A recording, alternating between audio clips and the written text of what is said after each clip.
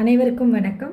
இன்றைய ஜோதிட தகவலில் நம்ம பார்க்க போகிறது பணபாவம் அப்படின்ட்டு ஜாதகத்தில் எந்தெந்த பாவகங்களை சொல்லுவாங்க. ஸோ அந்த பாவகங்கள் நமக்கு எப்படி உபயோகப்படும், எப்படி அது பணத்தை நமக்கு கொண்டு நம்மக்கிட்ட சேர்க்குது அப்படிங்கிறத பற்றி தான் நம்ம இன்றைக்கி பார்க்க போகிறோம்.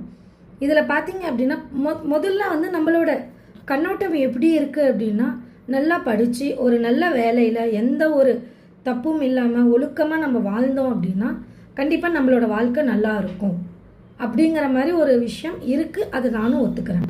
இதில் எந்த ஒரு மாற்றமும் இல்லை. இது யாருக்கு? இப்போ நான் பிறந்ததில் இருந்தே என்னோட பேரண்ட்ஸ் என்னை நல்லா படிக்க வைக்கிறாங்க, எனக்கு ஒரு நல்ல வேலையை வாங்கி கொடுக்குறாங்க, நல்ல இடத்துல திருமணம் செஞ்சு வைக்கிறாங்க.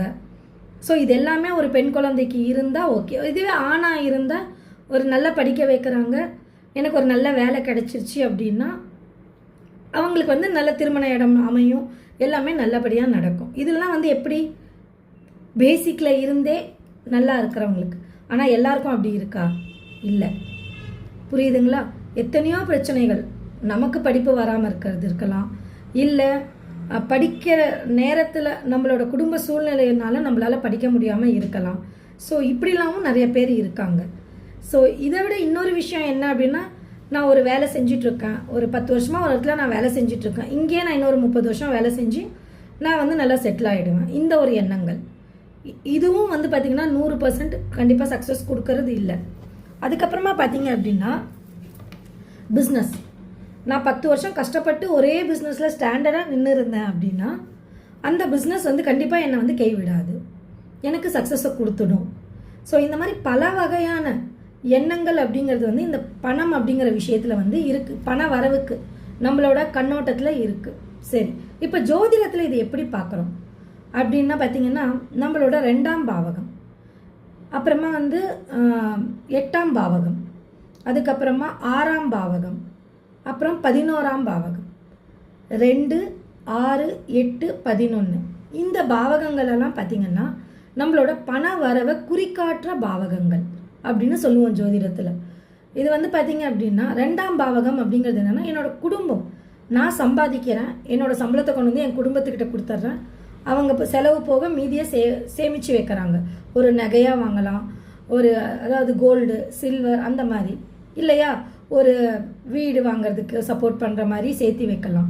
இதெல்லாம் நம்மளோட குடும்பம் நமக்கு நம்மளுக்கு சேமிப்பை பண்ணுற பாவகம். இதனால் நம்மளோட பண வரவு அதிகரிச்சுட்டே இருக்கும். நம்ம தூங்கும்போது கூட நம்மளோட கோல்டு ரேட்டு, சில்வர் ரேட்டு, நம்மளோட வீடோட வேல்யூ இதெல்லாம் ஏறும்.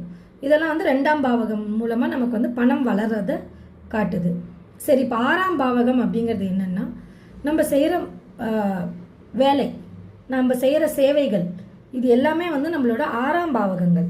ஸோ இப்போ நான் ஒரு வேலை செய்கிறேன், எனக்கு பணம் வருது, நான் ஒரு சேவை செய்கிறேன், எனக்கு அதனால் எனக்கு ஒரு பணம் வருது. ஓகேங்களா? இது 6ஆம் பாவகம் சொல்லுது. இதுவே 8ஆம் பாவகம் அப்படிங்கிறது பார்த்திங்கன்னா திடீர் ஆதாயம். நான் எதிர்பார்க்கலங்க, அவர் எனக்கு இந்த நேரத்தில் இவ்வளோ பணத்தை கொடுத்து எனக்கு சப்போர்ட் பண்ணுவாருன்னு நான் எதிர்பார்க்கல. பிறரால் நமக்கு வர புதிய பண வரவுகள் எல்லாமே இந்த 8ஆம் பாவகம் தான் நமக்கு குறிக்காட்டும். இந்த மாதிரி ஒரு விஷயம் என்னோட 8ஆம் பாவகம் மூலமாக எனக்கு எந்த நேரத்தில் வரும் அப்படிங்கிற மாதிரி. அடுத்தது பார்த்திங்கன்னா 11ஆம் பாவகம், என்னோட ஆசை, நான் ஒரு வீடு கட்டணுன்ட்டு ஆசைப்பட்றேன், என்னோட அக்கௌண்ட்டில் 1 லட்சம் ரூபாய் இருக்கணும்ன்ட்டு ஆசைப்பட்றேன், நான் ஒரு பப்ளிக்கில் போகும்போது என் பர்ஸில் மினிமம் ஒரு 10,000 ரூபாய் இருக்கணும் அப்படிங்கிற மாதிரி ஆசைப்படுறேன்.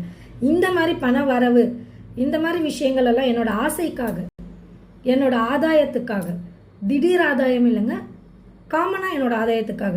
ஒரு இடத்துல நான் ஒரு ஹோட்டலுக்கு போகிறேன், 10 பேர் இருக்காங்க, என்கிட்ட இருக்கிற பணத்தை வச்சு நான் அந்த சாப்பாட்டு செலவை கொடுக்குற மாதிரி இருக்கணும். இதை எனக்கு ஒரு ஆசை. அந்த இடத்துல என் பர்ஸு காலியாக இருக்குது, இன்னொருத்தர் பே பண்ணுவாரா அப்படின்னு நான் எதிர்பார்க்கக்கூடாது. அப்படிங்கிற மாதிரி விஷயங்கள் எல்லாம் பார்த்திங்கன்னா இந்த 11ஆம் பாவகம் தான். சரி, இதில் எந்த வழியில் என்னோட ஜாதகத்தில் இருந்து கிரகங்கள் நல்லா இருக்குது, அந்த பாவகங்கள் நல்லா இருக்குது. உதாரணத்துக்கு இப்போ 2ஆம் பாவம், 2ஆம் அதிபதி நல்லா இருக்காருன்னா நீங்கள் குடும்பம் அப்படிங்கிறது சேமிக்குங்கிற நம்பிக்கையில் உங்களோட பணத்தை அப்படியே எடுத்து கொடுத்துடலாம். இப்போ 6ஆம் பாவகம் இருக்குங்கிறவங்க கண்டிப்பாக நீங்கள் வேலை செய்யுங்க. காலையில் 9 மணிக்கு போய் இரவு 8 மணி 7 மணி வரைக்கும் நீங்கள் வேலை செய்யுங்க.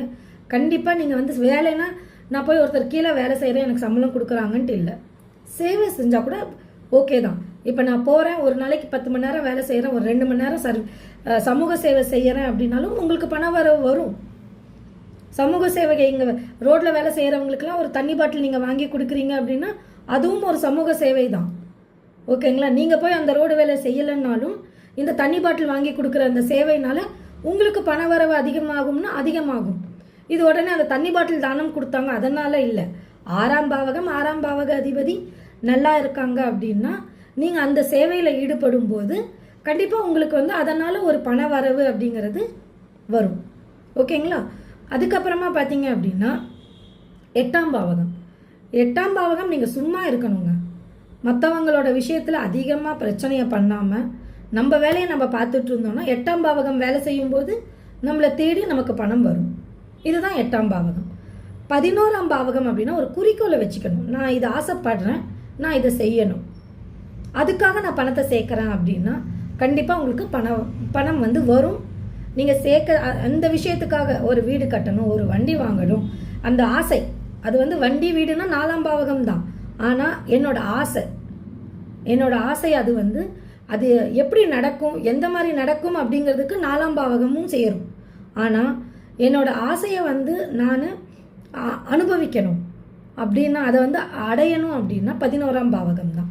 இதோட அதிபதி நல்லா இருக்காரு, ஒரு ஆட்சி உச்சமாக இருக்காரு, நல்ல கிரகத்தோடு சேர்ந்து இருக்காரு, அந்த மாதிரிலாம் இருக்காரு அப்படின்னா கண்டிப்பாக உங்களுக்கு அந்த பாவகம் மூலமாக பணம் அப்படிங்கிறது வரும். நீங்கள் உங்கள் ஜாதகத்தில் எந்த கிரகம் வலுவாக இருக்குது, எந்த பாவகம் வலுவாக இருக்குது, அது போல் நீங்கள் ஃபாலோ பண்ண ஆரம்பிச்சிங்கன்னா கண்டிப்பாக அதில் வந்து உங்களுக்கு நெகட்டிவ் ஆகவே ஆகாது. நன்றி.